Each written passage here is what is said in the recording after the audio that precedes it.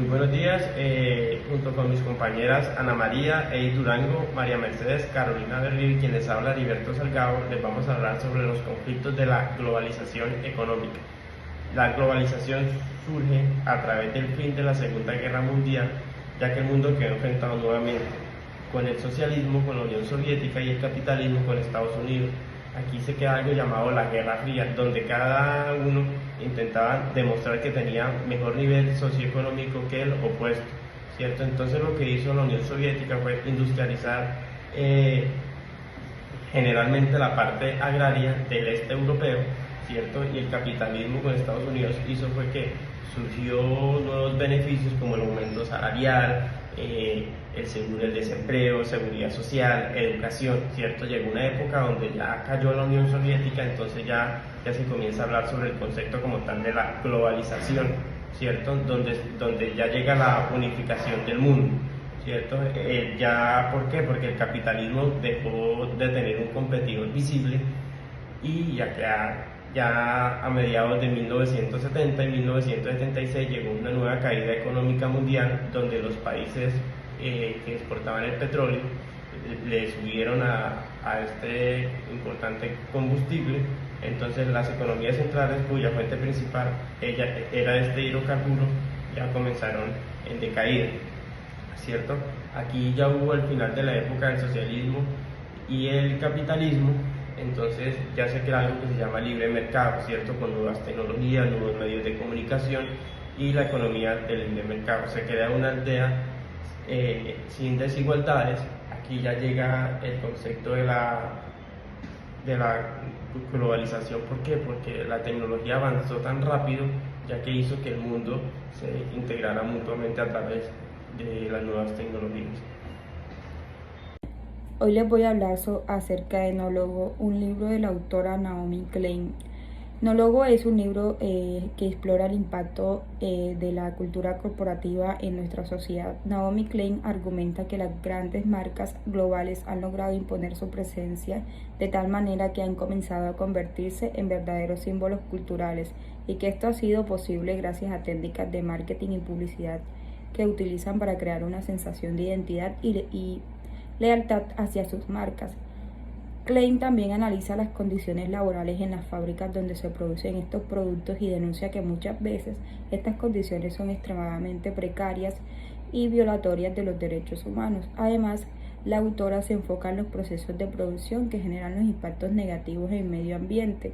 El libro busca mostrar las conexiones que existen entre el consumismo, la globalización y la explotación laboral y el medio ambiente, y cómo estas prácticas están afectando a nuestra sociedad. Asimismo, plantea la necesidad de promover alternativas de resistencia a estas prácticas como el consumo responsable y la organización colectiva para exigir cambios en el sistema económico global. El fin de la historia y el último hombre es un libro del politólogo estadounidense Fukuyama, que se publicó en 1992. Este libro, Fukuyama argumenta que el triunfo del liberalismo democrático es inevitable. La desaparición del muro de Berlín y la unión de repúblicas socialistas soviéticas abre la puerta a la globalización y modernización del mundo actual, lo que atrajo extremismo religioso, falta de democracia, desigualdades sociales y pobreza, aspectos que no se resuelven con la tecnología y haciendo mucho más frágiles a los países con fenómenos como el terrorismo, el comercio de armas, la droga, la delincuencia, empobreciendo cada vez más a las personas y a los países. El italiano Corrado Ghini clasifica la distribución de desigualdades en dos: el 0 en el que es igualdad perfecta y 1 desigualdad perfecta. La desigualdad perfecta tiene que ver con aspectos como sanitarios, económicos, ambientales. Países como Namibia y Sudáfrica están muy alejados de la cuota de igualdad perfecta en comparación con países como Suecia, Noruega y Estados Unidos. Este desorden se ve fuertemente en países que están globalizados. Continuando con los conflictos de la globalización económica, hay un aspecto muy importante que nos hace ver Fukuyama, y es que él nos alerta sobre las circunstancias y satisfacciones materiales que tenemos nosotros como personas, afectando nuestra vida religiosa y haciéndonos una persona sin valores.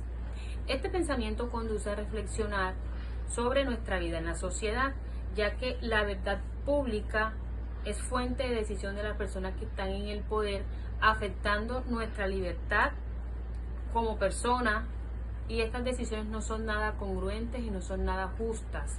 Ellas afectan nuestra dignidad, nuestro ser.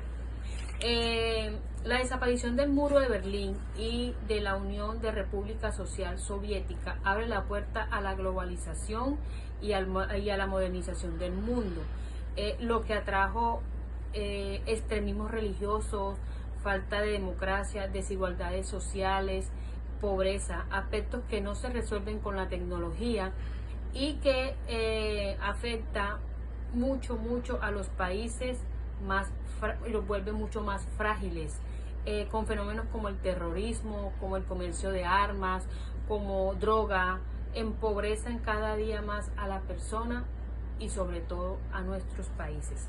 El italiano Corrado Gini clasifica estas desigualdades en dos. Estados fallidos.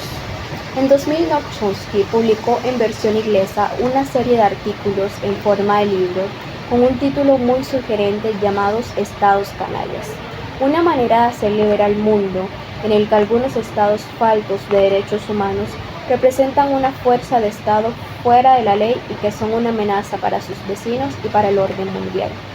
En tales fechas se consideraban estados canallas Irak, Libia, Cuba y Corea del Norte, principalmente, y sin olvidar la Colombia de aquellos días dominada por las FARC y el narcotráfico.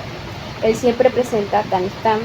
El concepto de estados canallas, también llamándose de algún lugar estados villanos, o fue la continuación de una política seguida por Estados Unidos, que en los años 80, bajo la presidencia de Ronald Reagan, cuñaron el término estados terroristas para alertar sobre aquellos países que financiaban el terrorismo en ciertas áreas. El hecho geoeconómico tiene que ver con la política de seguridad global, pero también encierra la protección de las fuentes de energía que se localizan en Asia Central. El petróleo y el gas son fundamentales para los países occidentales y también para China e India.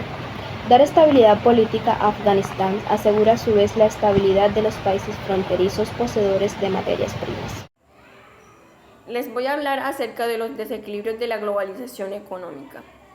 La globalización en lo económico ha cambiado el entorno, pero debemos tener en cuenta los desajustes que ha dejado.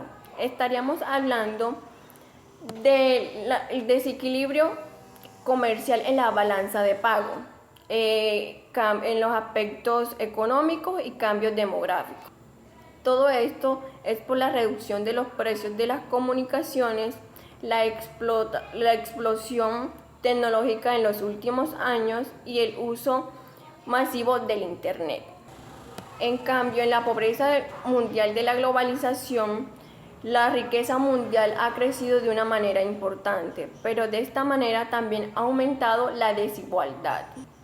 Lamentablemente hay corrupción en el comportamiento económico y político en los países más ricos. Podemos notar que en muchos casos las ayudas que llegan a los países son cogidos por la corrupción y lo toman como una irresponsabilidad.